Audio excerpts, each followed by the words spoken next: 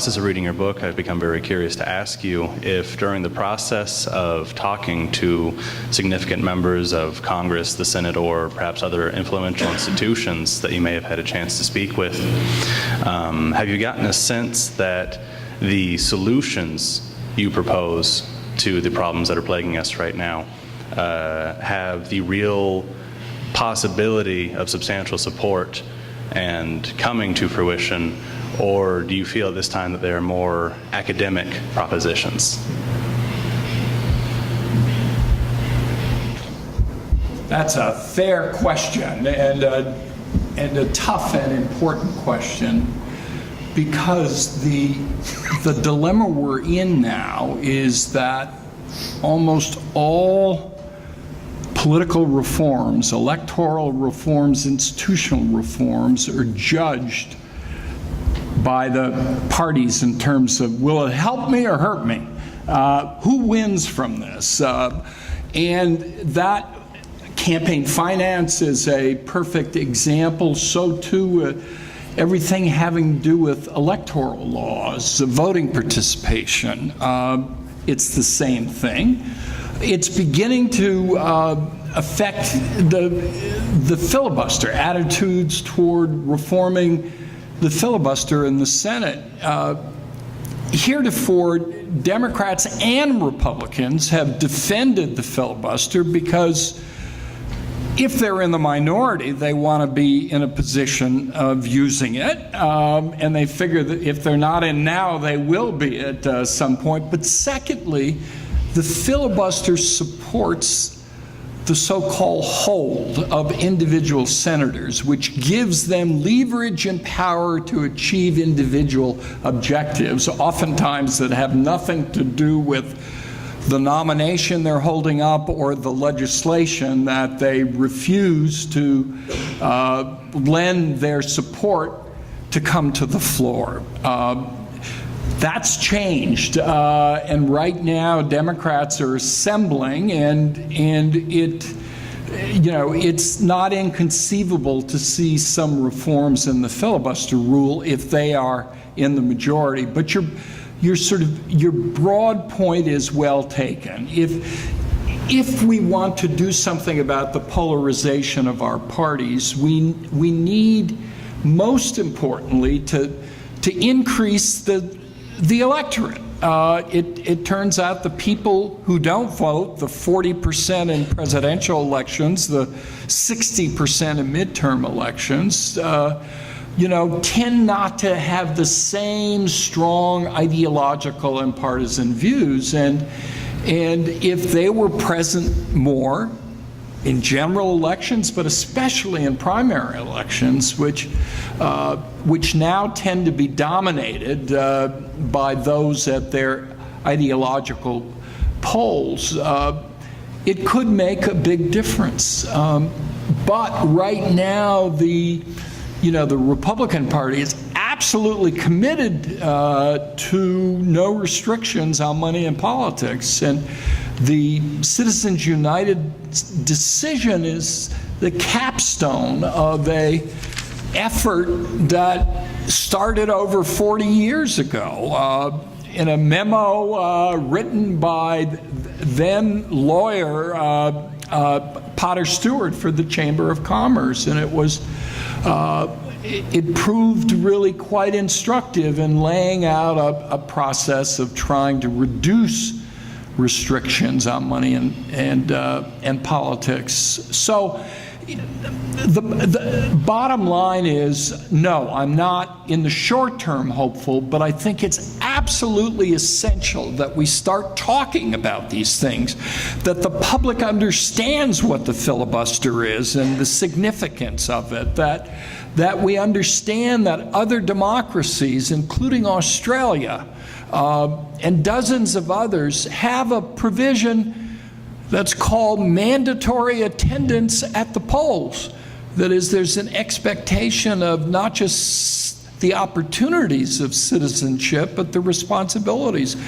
You can hand in an empty ballot. You don't have to vote for them. You know the old line, if I vote, it'll only encourage them. That's the American way. It seems somehow illiberal and anti-freedom to suggest such a thing, but I can tell you it would transform our politics and have a profound effect on the public as well as the parties and the elected officials. So I don't think there's any short-term solution there. I think in the short term we have to look to voters now to really see what's going on, to ask some questions.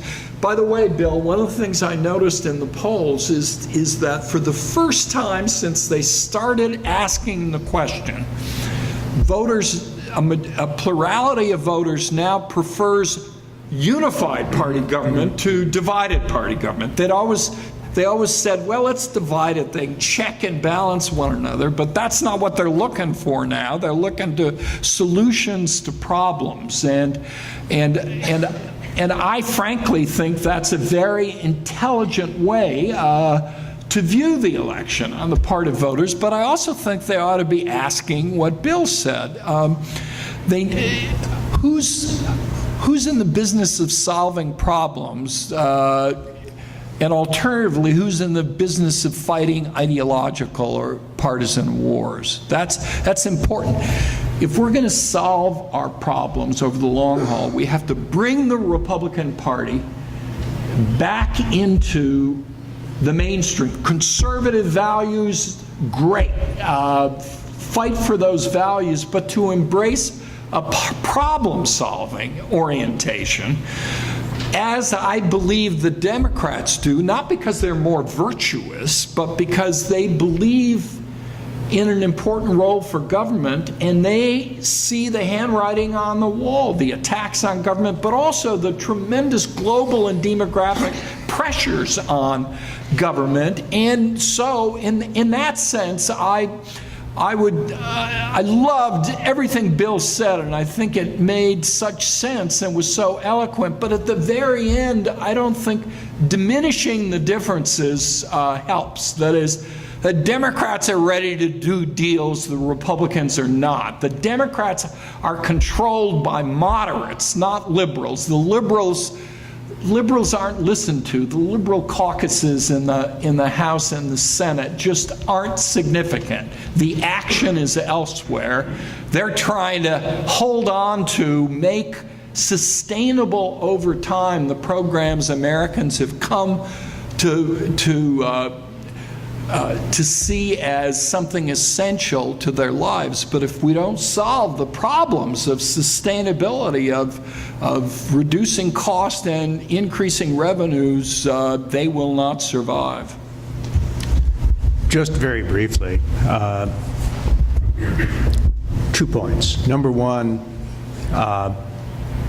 Tom and I have somewhat different views of who's in charge of the Democratic Party, particularly in the House of Representatives. And the view that Tom just articulated is not one that, for example, my friend Steny Hoyer would necessarily endorse. But we can. Good friend of mine. I talk to Steny a lot too. But we can. But here's the more important point. We agree that absent a public mobilization around the idea of Congress as a problem solver, we're not going to be able to move from the academic discussion to the practical implementation of the sorts of proposals that Tom was talking about. And that is why a bipartisan group a couple of years ago got together to start an organization that I'm active in and proud of. It's called No Labels. Perhaps some of you have heard of it. It has Democrats, Republicans, and independents. And what we're trying to do, we now have 600,000 members at the grassroots level in every congressional district in every state. What we're trying to do is to build simultaneously we're trying to build public pressure for this kind of change. And we're also in the process of creating a bipartisan, we're calling it a problem solvers bloc in the House of Representatives. And We already have nearly 20 House members just about evenly balanced between Democrats and Republicans who have joined, and our goal not too far into 2013 is to make it to 40 members. And our hope is that if we can do this, it will be large enough to get the attention of the leadership in the House on both sides of the aisle. Now, whether we can do this, I don't know. But it's because we agree with the thrust of your question that it's so important to move from the academic to the practical that we are trying to put together some real political support for these changes. Abby, I know that you've been standing there patiently. That's because Abby comes from a group that happens to be denominated group number 2. Isn't that right, Abby?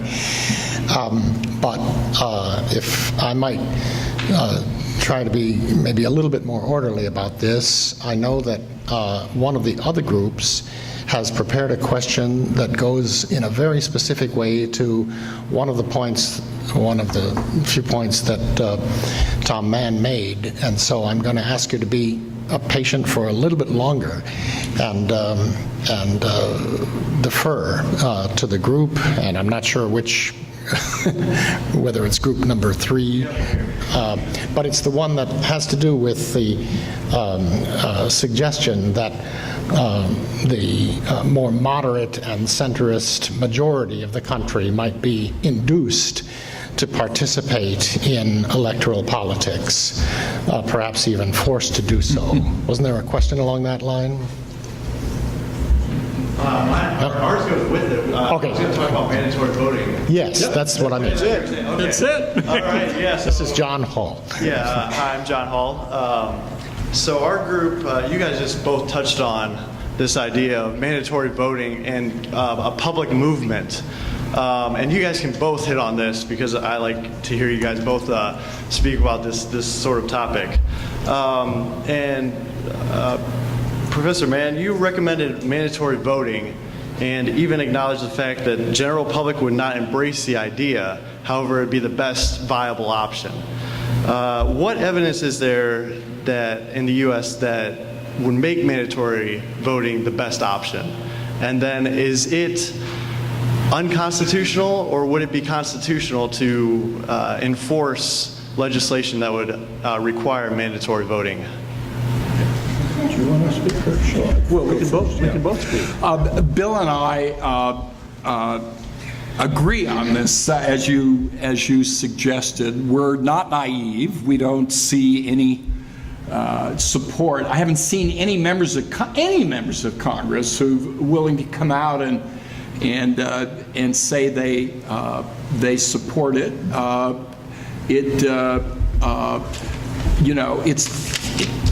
It seems to be so contrary to the whole notion of freedom. Freedom to do what you want to do and not have to vote. That's sort of what, it's the ultimate of sort of libertarianism that most people accept in this country, and I understand that.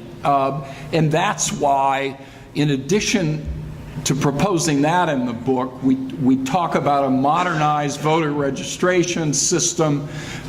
We talk about making voting more convenient, sort of moving to weekends, and Tuesday is really crazy. There's an organization called Why Tuesday, and they have a website. And if you want to learn how we ended up with voting on Tuesday, it has everything to do with the agricultural economy of the 19th century.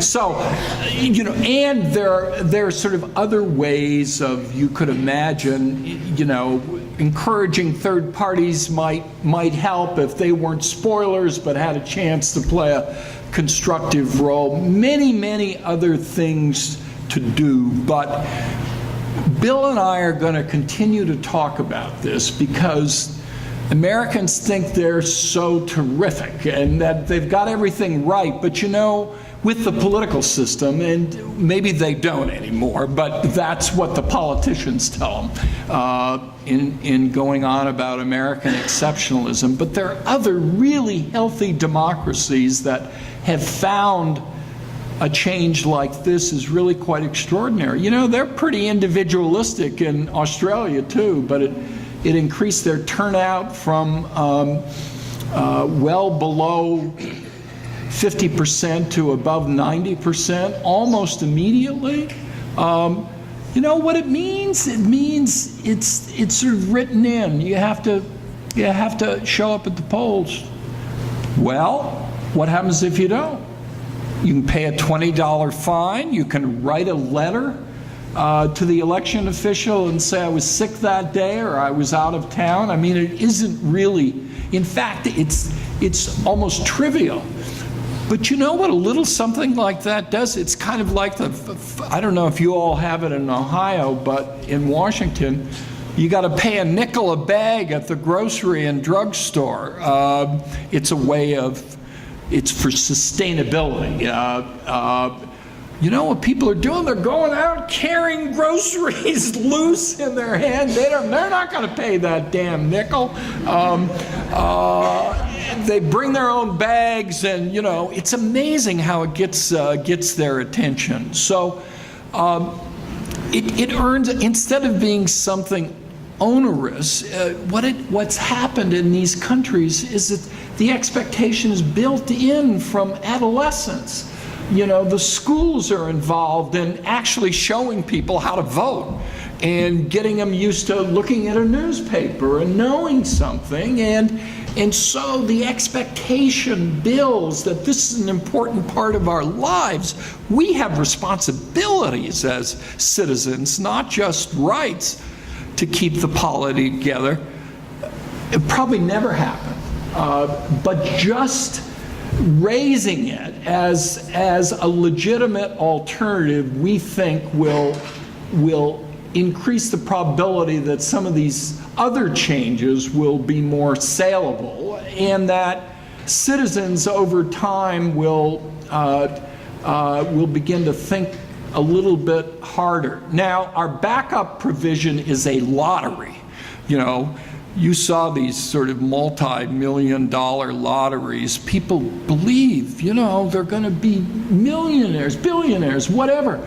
So think about, your evidence of your voting puts you into a lottery, and the winner. What if we can call it power vote? Power vote.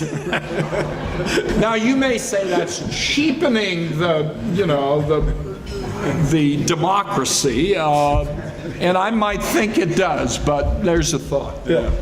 Well, let me very briefly.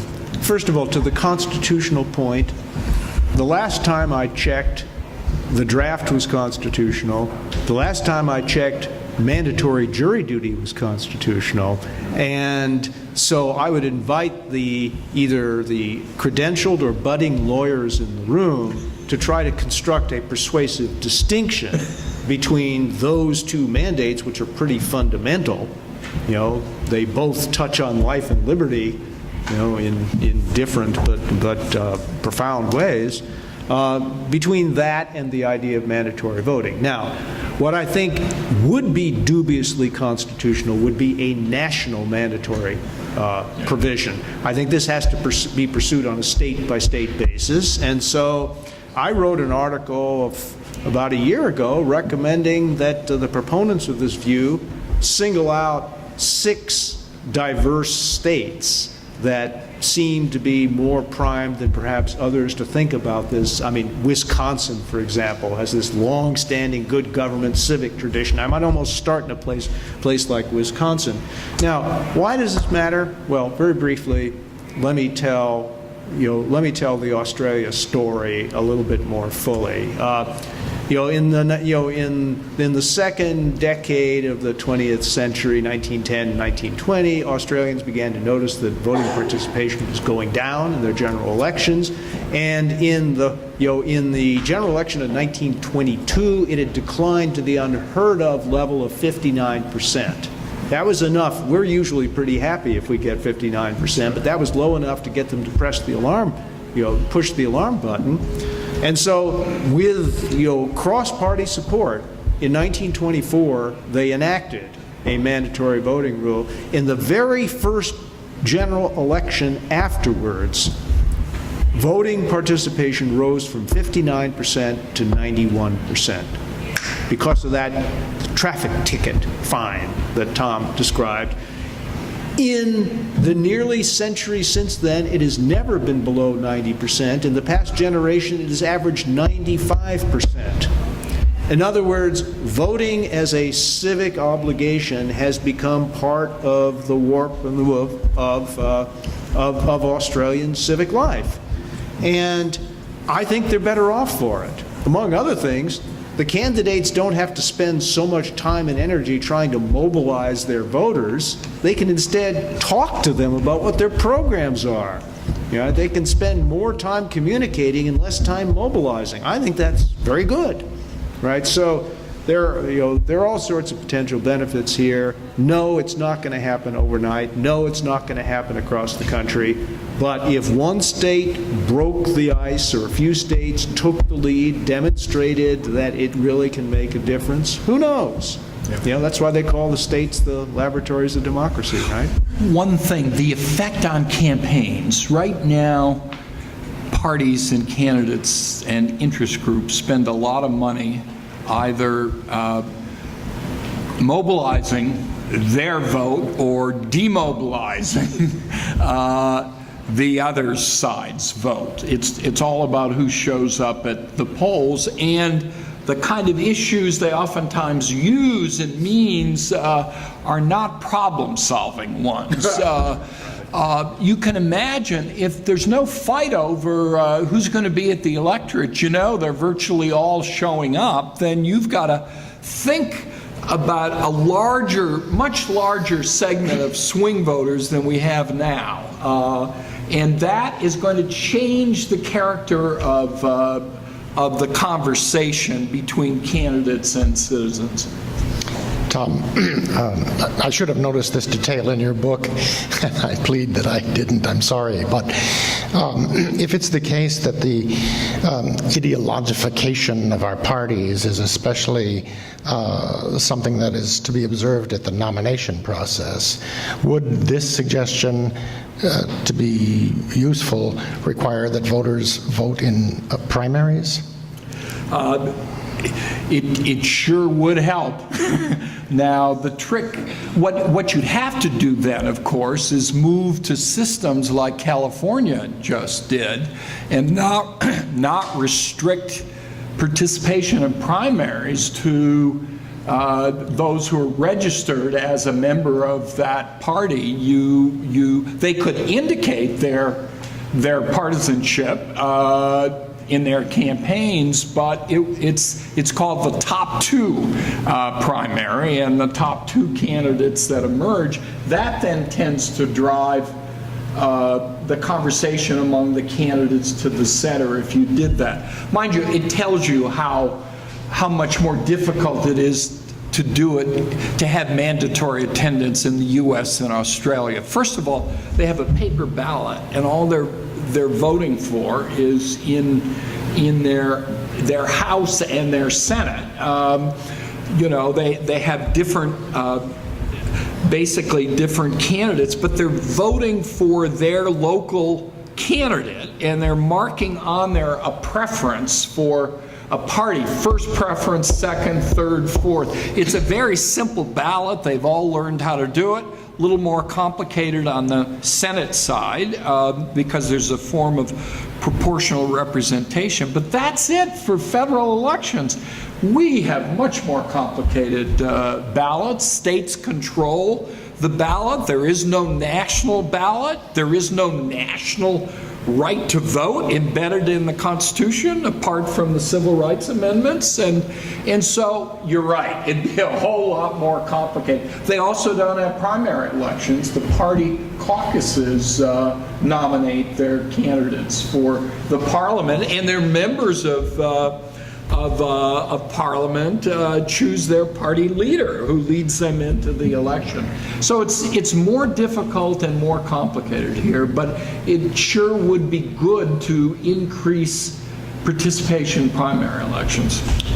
Having said that, John, I think that if the electorate were so dramatically expanded in the general election, political parties that allowed their nomination process to be dominated by the extremes would quickly learn a painful lesson. So I think that even without the legal complication of requiring this for the parties at the nomination phase, the logic of this change would push in the same direction pretty quickly, I think.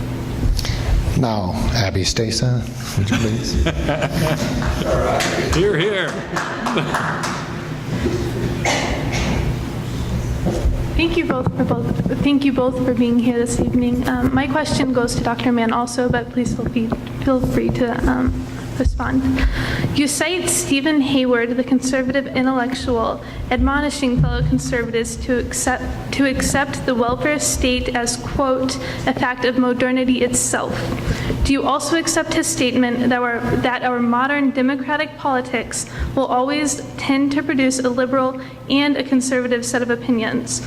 If so, for your argument to be compelling, do you also need to go beyond criticizing the Tea Party and instead point towards a responsible conservative that would not be guilty of your charges against the Tea Party, but nevertheless would offer a serious, potentially effective challenge to the governing orthodoxy among liberal Democrats?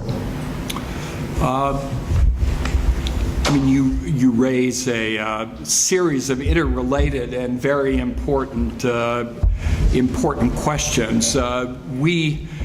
My co-author, Norm Ornstein, is at AEI, and Stephen Hayward is a colleague of his, and they had a debate about the book at AEI, and it was a lot of fun. The general point is that some people who are sort of truly conservative are at the same time not of a mind to try to remake all of American society and government going back to Teddy Roosevelt. That the ambitions are more modest, and it sort of involves standing up for conservative values, but in the context of a country that exists now, that faces a set of problems, that has a sort of history of activities, that the conservative tradition in the past, Alexander Hamilton, sort of Henry Clay, Abraham Lincoln, Republicans, if you will, spirit, always believed that we were not simply a society of individuals, we were also a community, that private markets were essential to really creating a strong economy with great opportunities for individuals, but it could not operate without a government that was strong, setting the legal basis under which they can operate in dealing with market failures of various kinds. And over time, I mean, we had the first federal health care program in the first decade of our existence. It was for people in seafaring work.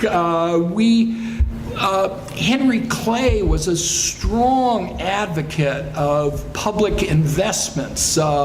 And Lincoln, of course, was amazing in terms of creating sort of cross-country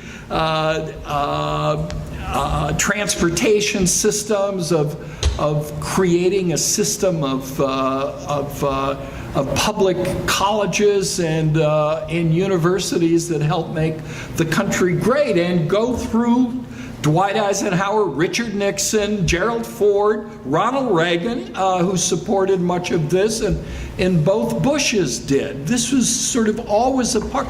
Now, you always have sort of more populist movements of people who get really upset about something, and the great thing about this country is it's freedom for them to operate, to demonstrate, to organize, to try to influence government. We've had them on the left and we've had them on the right.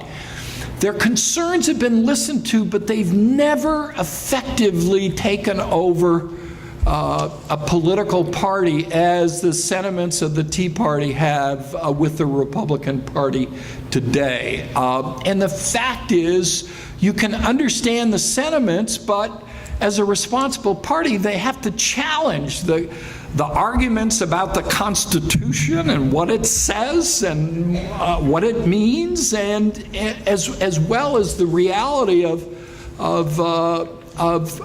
programs that exist like Social Security and Medicare and Medicaid, which all have cost pressures on them and have to be dealt with. But that's where government spending is, in addition to defense. That's where the action is for the most part. So I think the trick is, and sort of my hope is that I think Bill Clinton did a fabulous job of bringing Democrats back to reality and back to problem solving. Even Nancy Pelosi, leading the campaign for the Democrats in 2006, ran on an agenda of 10 items, all of which had support among substantial numbers of Republicans, and which George Bush was happy to sign. This was a pragmatic agenda. It was not an ideological agenda. They've sort of learned their lessons from all of those defeats and have managed to keep, if you will, the uncompromising liberals at bay. And I think Republicans are going to have to do the same thing if we're to solve our problems. Well, now for something slightly different. First of all, and let me begin on a note of agreement. We have seen versions of this debate before within the conservative movement. I mean, the famous 1952 showdown between Robert Taft and Dwight Eisenhower was a showdown between a principled limited government conservative who opposed the New Deal for the most part. That's on the one hand, and on the other hand, Dwight Eisenhower, who ran on a platform of what he called modern republicanism, which included support for government activities, for example, in the area of infrastructure. It was Eisenhower who created the interstate highway system, not Lyndon Johnson. And there were a number of other features of the Eisenhower administration that one could point to in that same sort of modern Republican spirit.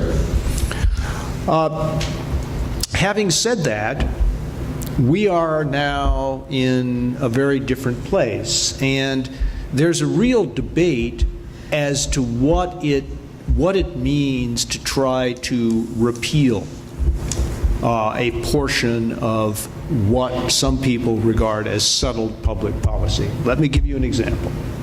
Okay, everybody understands that the central driver of federal expenditure increases over the next 2 generations will be our big healthcare programs. There's no analytical debate about that.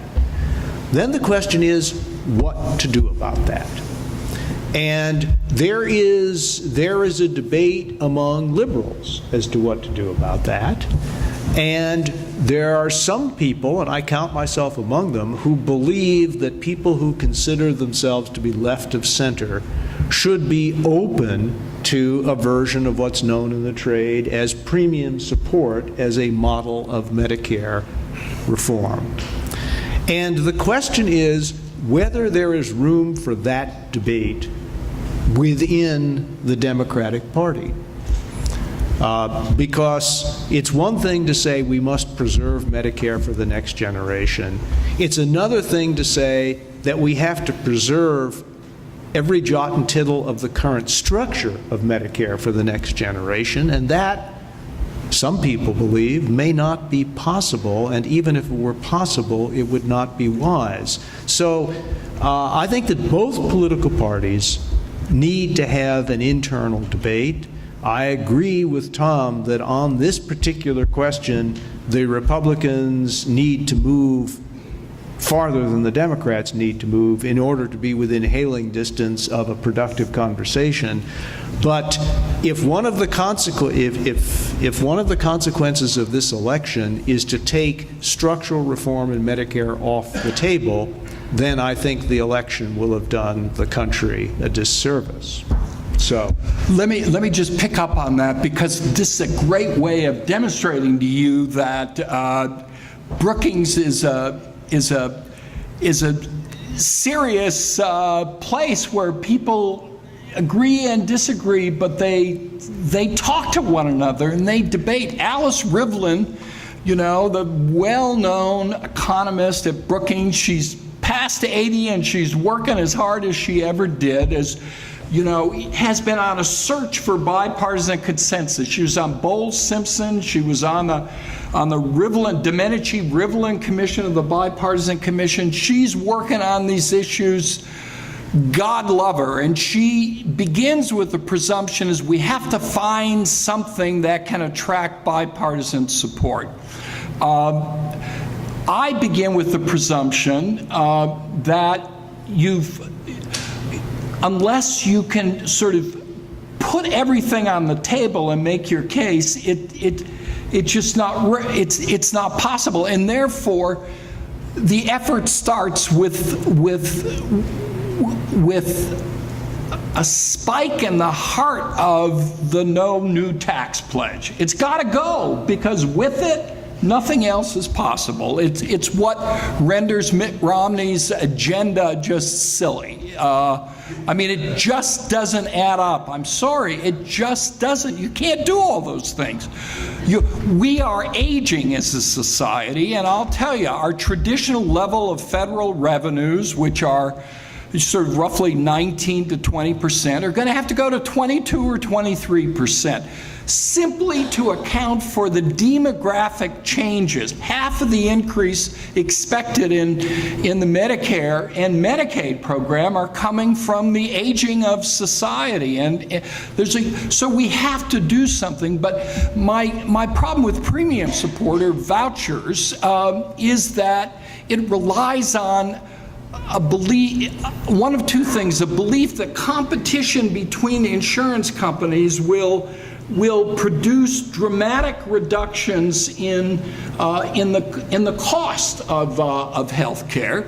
There's not any evidence for that, but it's a hope. I think the better evidence and the overwhelming consensus in the health policy community is that the part of the Affordable Care Act, ACA, that's slated to be repealed if Republicans are elected, is the second half of it, which is including every idea for restructuring our health care delivery and reimbursement so that we squeeze out of it what's estimated as a third of the cost, that frankly do nothing to improve the quality of care. It's very hard to do. But place your bets. Do you say the insurance companies will compete in a way? You know, we have Medicare Advantage. That exists there, and thus far we haven't seen the changes. The fact is the necessity of slowing healthcare costs in the private as well as the public sector is pushing a system of institutional innovation, the likes of which I haven't seen. in my lifetime with insurance companies and the Cleveland Clinic working with a host of local and state governments. It's extraordinary, and it's going to make a difference. We're probably going to add to that raising the cost, the real cost of Medicare for high-income retirees, so that they get back what they put in, but no more than that for Medicare. So we're going to have to means test it a little more. But my fear, because the people, except for Alice and Bill, who are advocating this idea, also support no new taxes and a repeal of the Affordable Care Act. Now think about that. Alice is against the repeal. She said we need those changes in the system. The only reason she's pushing premium support is because it may attract some Republicans. Well, you got to get them to face the reality of we need more revenues and we need these genuine structural changes in healthcare delivery and reimbursement, much more potentially powerful than vouchers. And the only point I'm making is that this debate that you've just seen previewed should not be confined to Democrats in the research community. There should be a full debate of this issue within the institutional political Democratic Party, and I hope we can have it. But there is a fourth question, isn't there? There is, but maybe it wouldn't be either unfair or useless to observe that this last question and both of your elaborate answers to it have, in a way, moved beyond a call for moderation and suggestions of how moderation might be achieved in the direction of actually defining what moderate and rational policies are. And my guess is that that's going to continue over dinner and perhaps in the Q&A following dinner, but and perhaps even in the open Q&A following the fourth question from our scholars. So, Hannah Petkovic, your turn. Hello. I have a question for either of you gentlemen. Congressman Ron Wyden, a Democrat, and Scott Brown, a Republican, have been working together to create the Empowering States to Innovate Act to contribute to the health care reform bill. According to the Washington Post, the legislation would allow states to develop their own health care reform proposals that would preempt the federal government's effort. The article also states it allows the liberal states to go their way, the conservative states to go their way, and then lets the country judge the results. Do you believe this example can be used as a model for future collaboration, or is it foreshadowing a polarized Congress and a polarized country? Ron Wyden has, I remember I had a dinner with him when he was came to Washington. He was thinking about running for the House of Representatives by challenging a Democratic incumbent in the primary. And he was the champion of the Gray Panthers in the state of Oregon. And he really used that as a way, and he's built a really independent role in the Congress. In many respects, you could say he's a liberal or sort of moderate Democrat, but he has been in the search for ways of doing things that might attract broader support. One of his really terrific ideas was the Wyden-Bennett bill initially, which was an effort to basically phase out employer provided health insurance, and but to create the same kind of state exchanges and marketplaces and change the incentives by giving the tax advantage to individuals to buy something, and it was a really interesting idea. It attracted some Democrats and about 10 Republicans who agreed to co-sponsor this. All 10 dropped, all of the Republicans were instructed to drop off their co-sponsorship after Obama was elected because it suggested that there might be another route to cooperation, producing some outcome. And it was really quite devastating. Bob Bennett, who's a terrific senator from Utah who got defeated in a Republican Party convention by the Tea Party and is no longer a member of Congress, was one of these sort of problem-solving conservative Republicans who liked doing deals and working things out. He was open. I just have sort of enormous respect for that. But that kind of behavior was sort of no longer tolerated. Wyden is continuing to work. He's worked with Ryan on some plans, but now it turns out Wyden found that what Ryan is proposing in the overall budget is sort of would effectively render the premium support system ineffective and end up harming some people. But at least, as Bill said, he's a Democrat who talks about it and debates it and moves it forward.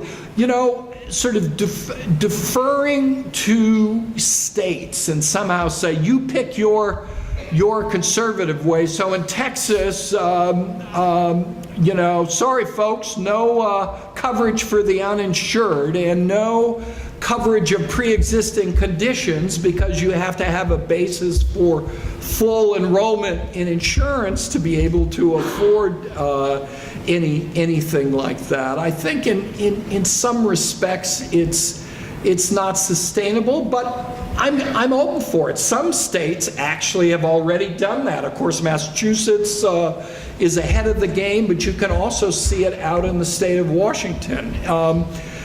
So the innovation is a great thing, and a smart administration would be very generous in the rules and implementation of the policy if it sees this is an effort to try to achieve the objectives, but in somewhat different ways. It's happened in other areas of policy, but I don't.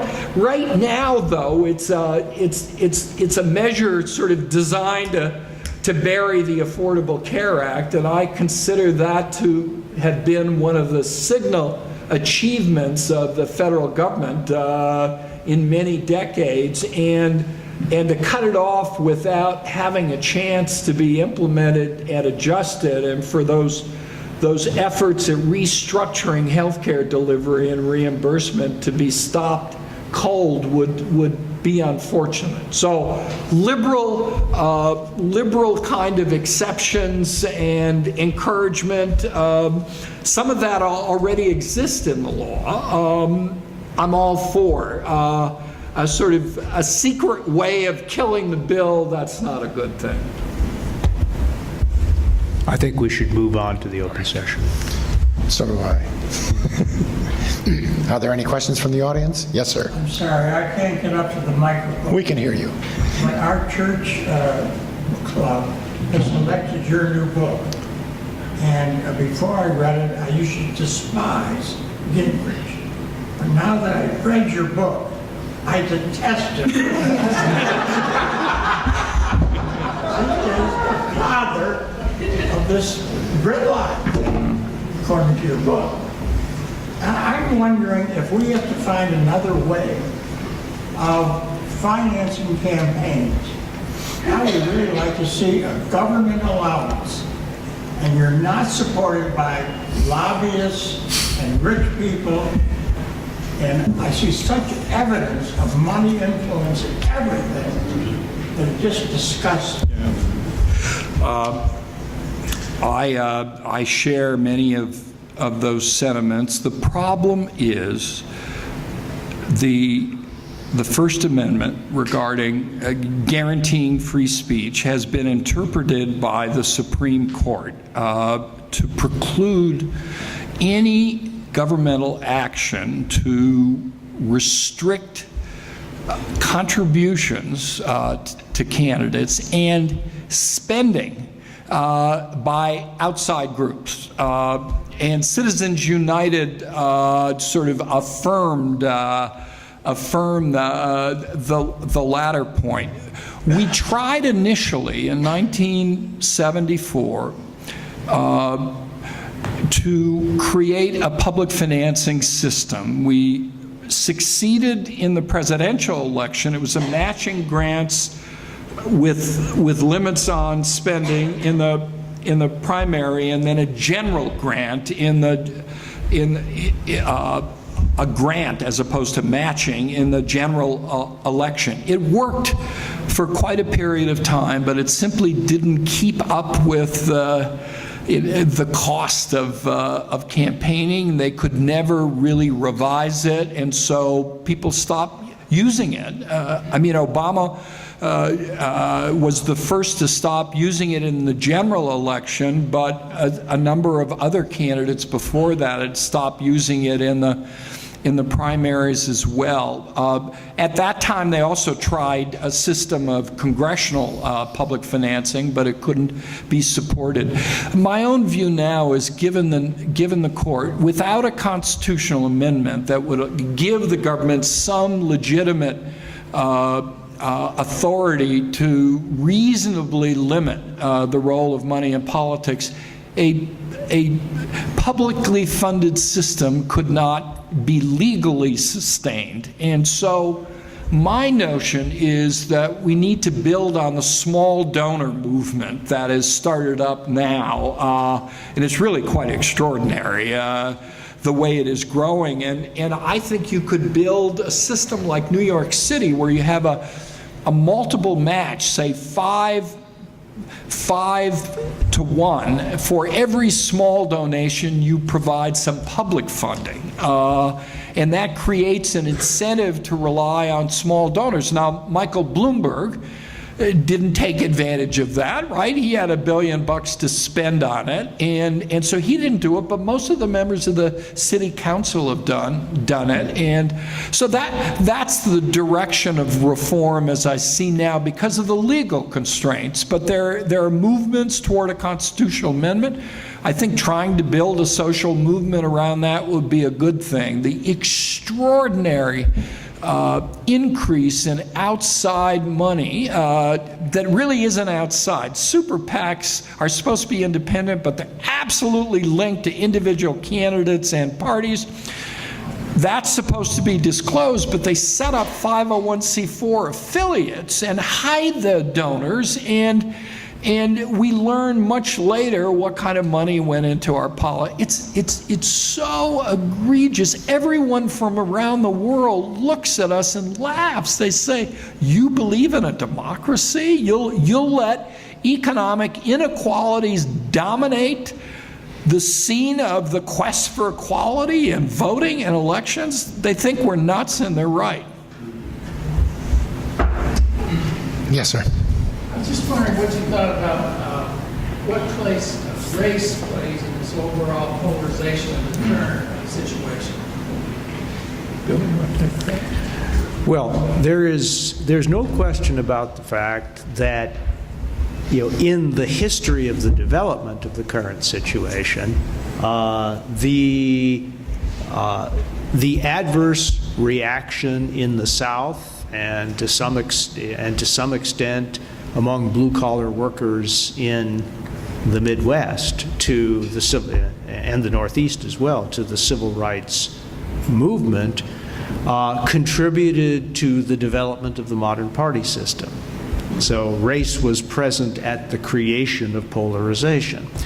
Having said that, I keep on reminding myself that Barack Obama received 53% of the vote in 2008. He received a higher share of the white vote than either Al Gore or John Kerry did. And so I'm sure, and there are manifestations of this, that in some quarters, racial antipathy lingers. And it sometimes bursts out into ugly view. I have to say, I don't view it as the principal driver of what's going on today. I hope I'm right about that. I think I'm right about that. What I can tell you is that in the period between the 1940s and Barack Obama's election, the percentage of Americans who said that they would be willing to consider voting for an African American for president rose from about 35% to about 95%. So I think I think that there has been a big change, and other factors are more important in explaining where we are today. Yeah, I think Bill's right.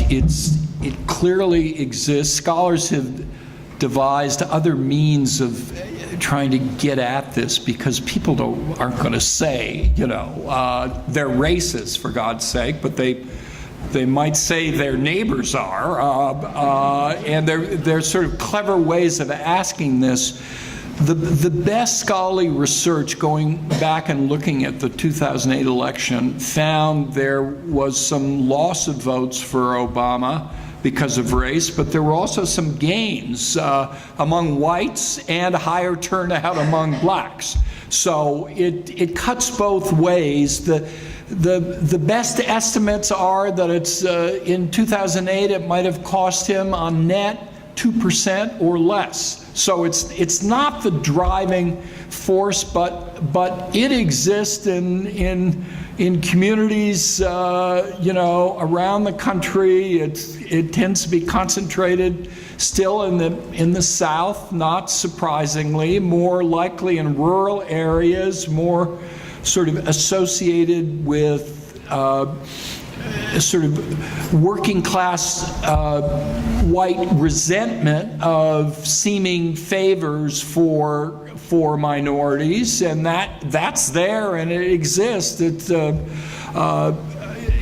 part of what explains the resentment of government is a belief that government is giving to those who aren't responsible, who aren't pulling their own load, and that gets conflated with race, but I think we're in a much better shape on that than we've been in our history. Any other questions? Yes, ma'am. Ms. Cole. Question in relation to that, and you sort of answered it, but do you think there's more effective racism this year than there was 4 years?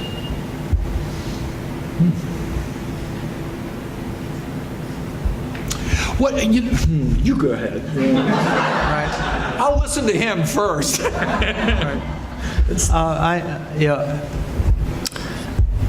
have to say I don't see it. What I see, of course, is a very polarized partisan battle between the Democratic Party and the Republican Party, between Barack Obama and Mitt Romney, but so many things have happened in the past 4 years to create flashpoints for that debate. I really don't think that one needs to bring in race in order to fully explain what's going on in 2012. And now Tom is obviously right that there is a relationship in some quarters between the ideology of small or limited government and the belief that the beneficiaries of a more expansive government tend to be racial and ethnic minorities. But as I said, I believe in Occam's razor. That is to say that a simple explanation that explains what needs to be explained is to be preferred to additional complexities that don't explain any more of what needs to be explained. Listen, there's a lot of ugly talk, and it sort of started with the birthers, and it carries to Obama's a Muslim, he's not a real American, he's a socialist, and there's a lot of sort of almost irrational hatred of him. But I just sort of remind you that Bill Clinton faced much of this rhetoric the Wall Street Journal editorial page basically accused the Clintons of murder, Vince Foster, and other conspiring with efforts in Arkansas that was as corrupt and horrendous as one could imagine, and published compendiums of investigations. So even establishment sort of ideologues, which is what I take the Wall Street Journal editorial page to be, are motivated. That wasn't about race, but it was there in the intensity. Obama is such almost the antithesis of a racial candidate and racial president. He bends over backwards, not to act or talk like it. That I just think this is a story about many other things and not race. Yeah. One other thing, and that is that a lot of political scientists believe that the circumstances, especially the economic circumstances of the 2012 election, would be pretty difficult for any incumbent. Yeah. And so the fact that Obama led for as long as he did in the face of those very difficult, or at least adverse economic circumstances, suggests to me that race wasn't dragging him down. Right, because that would have, it certainly would have if it had been a major factor. So you put that all together, and I have to say that in the midst of a lot of bad news about our political system, this is one of the genuine pieces of good news, and I think we should celebrate it. We really should. You don't need race to explain the votes of people. Their votes are overdetermined, and race happens to go along with a whole set of other beliefs and values that drive them to vote against him.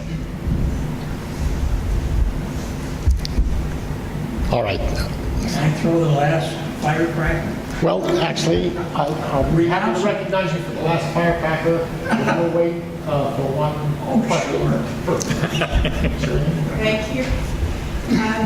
I'm curious how much the tragic events of 9/11 impacted, rippled through our society. And I tie that somewhat with the end of a generation of politicians who fought together in a world war against an enemy bigger than America at the time. And so congealed together under that World War II, fight to save the world. And then a generation, or 9/11, then shocked the next. I'll answer that very quickly and then yield to Tom. After Pearl Harbor, we fought what is perhaps the most unifying war in our country's history. And it contributed to what many people have called the greatest generation, and scholars such as Robert Putnam have traced the impact of that unifying experience through our politics, through civil society. After 9/11, we within a year and a half, were embroiled in one of the most divisive wars in American history. A war whose factual predicate was contested, and contested because it was contestable, and important pieces of which turned out to be contrary to facts that subsequently came to light. Now, whether they were known at the time or came to light only subsequently, whether it was a good faith error or something worse than that, the historians will have to sort that one out. But suffice it to say that what could have been a unifying event, namely 9/11, turned very quickly into the opposite. And we are still living with the consequences of that. But now let me make one other point. And that is, it matters that when World War II was fought, it was a national commitment in which everybody participated. We had a military that was drawn from the entirety of American society. Everybody was called, and nearly everybody served. And the ones who didn't, who used chicanery to get out of it, were social pariahs. I think that it is much harder for events of that sort to be unifying experiences now, because we do not have a broadly based military anymore. And you know, I have long argued that from a civic standpoint, the all-volunteer force was a serious mistake. And I've presented this argument at military academies, and I just about get run out on a rail, with, you know, sometimes being tarred and feathered verbally before I'm escorted to the exit. The senior leadership of the military loves the current situation, because they say, understandably, we find it a lot easier to work with people who want to be doing what they're doing than people who don't want to be doing what they're doing. On the other hand, you know, what does it say that war has become a spectator sport, right? Where 1% of Americans do the fighting for the rest of us, and we watch them on television unless we have something better to do, and frequently we do. I don't think that's healthy, and I think it will make it much more difficult for us to come together around these shared national endeavors. I couldn't add anything to that. That was eloquent. You still have your firecracker lit? We are now supporting our educational system in Cleveland by the lottery. We are supporting our city by gambling, casino. I think the next step is to support our health system by legalizing prostitution. And giving the government. I mean, we're doing everything that most people think is not ethical. And in Nevada, I don't know what their income is from the fact they legalized prostitution. Does anybody know what their... Well, they don't tax it, though. Might drive down demand. If you look, Tom is in a weak position to respond to your question, because he's already endorsed a national lottery as a way of boosting voting participation. But I'm ashamed for doing so. Okay, now, but I want you. First of all, let me put my bona fides on the table. Nearly 20 years ago, I wrote the first full-length article denouncing the rise of state-supported gambling as a major source of revenue. Okay?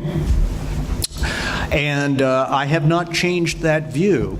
But one of the things I always do when I come to a city that I'm not a native of, I pick up the local newspaper. And here's what I found. I opened up the Plain Dealer. It was either yesterday or today, because I'm very interested in education policy, and therefore education finance. And here's what I found. In the city of Cleveland, average residents pay about 2% of their income for education. And so there is a relationship between tax aversion on the one hand and the growth of state-sponsored gambling as a revenue source on the other. Those two things go together. In the city of Cleveland, it's 2%. In Shaker Heights, it's 10%. Right? And so we can't have it both ways. Okay? We need to have a system of public education. We need to fund it. And if the sentiments of people are averse to traditional methods of taxation, then I would rather fund it through state-supported gambling than not at all, if that's my choice. And if you forced me to it, if I had to choose between the current legal regime for prostitution and and an underfunded educational system, or your proposal, I would take a deep breath and endorse your proposal. So, I really think we have to consider this in the context of other very large changes in political attitudes in our society. And if we don't want casinos, then we have to be prepared to reach into our own pockets as taxpayers to fund education. It's not complicated. You know, the price of a civilized society is our taxes. Oliver Wendell Holmes. Yes, he said it much more eloquently than I did. I think we err on the side, and it doesn't mean sort of massive increases of spending, but setting things up that are important to do, and then raising the funds straightforwardly to do it. We have turned the issue of taxes into a symbol, not a sort of rational way of deciding what we need to do together as a society to prosper and thrive. Obviously, public education has been key to that throughout our history, and there are all kind of problems associated with financing it. But part of it is unwillingness of leaders, of public officials, and community leaders, and business leaders to say what they know to be true when taxes have to be raised to accomplish some public purpose. That, if we don't get beyond that, we'll be chasing the problems we face for decades. Having said that, a very famous French finance minister of the 18th century once defined the art of public finance as plucking the most feathers from the goose with the least amount of hissing. And I think that we need to think harder about the kind of reformed tax system that might tend to diminish public antipathy to taxation. So tax reform and the appropriate use of a system of taxation for public purposes go together. And for the life of me, I don't know why it has been almost 30 years since we had a national conversation about tax reform. And if one of the consequences of this election is that we have that conversation, so much the better. Well, we want to have our reception. May I just say by way of conclusion that the mission of the Garfield Institute for Public Leadership is to direct the attention of our students and our guests, such as are here this afternoon, to questions of public policy. This conversation has reminded us, perhaps rubbed our noses in the observation that one of the vital dimensions of finding sound public policy is building public support for those policies. I thank, on behalf of all of you, I hope you'll join me in applauding their efforts this afternoon. Thank you, Professor Galston.